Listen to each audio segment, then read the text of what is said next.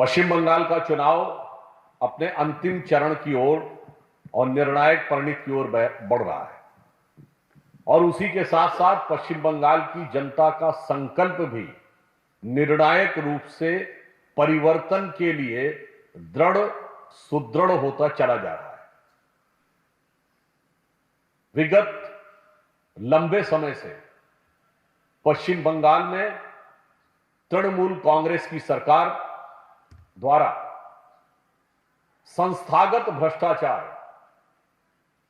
अपराधियों का हाहाकार और खतरनाक तुष्टीकरण का ज्वार, इन तीन चीजों ने मिलकर पश्चिम बंगाल के विकास को अवरुद्ध किया, यहां के समाज की शांति और सुरक्षा को भय से ग्रस्त किया है।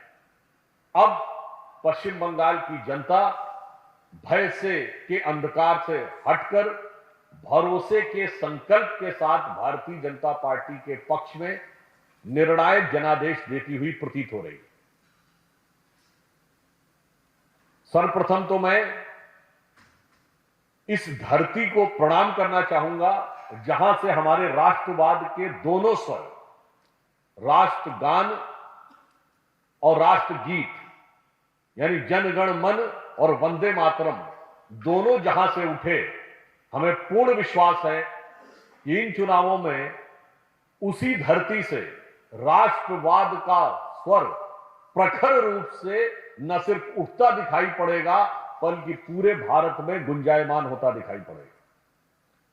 जहां एक तरफ प्रधानमंत्री श्री नरेंद्र मोदी जी के नेतृत्व में भारतीय जनता पार्टी पश्चिम बंगाल के सभी नागरिकों को एक विश्वास देने में सफल हो रही है कि विकास की वो दौड़ जिसमें पश्चिम बंगाल कभी बहुत आगे हुआ करता था। हम लोग जब बचपन में सुनते थे तो एक कहावत होती थी कि झुलनी ने मारा धक्का बलम कलकत्ता पहुंच गए हैं, यानी सबका टारगेट कोलकाता ही होता था।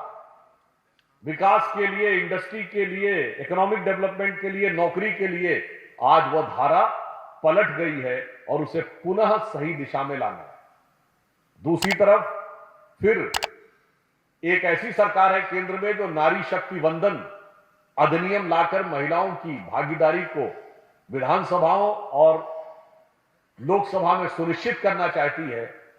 तो दूसरी तरफ ऐसा गठबंधन है जो मैं देश की जनता और पश्चिम बंगाल की जनता से पूछना चाहूंगा कि जब यह विधेयक लोकसभा में 2/3 बहुमत प्राप्त नहीं कर सका तो मेज थपथपाकर, हर्ष ध्वनि करते हुए, हंसते हुए, चीखते चिल्लाते हुए जो अट्टहास कर रहा था विपक्ष, उसका क्या आधार था?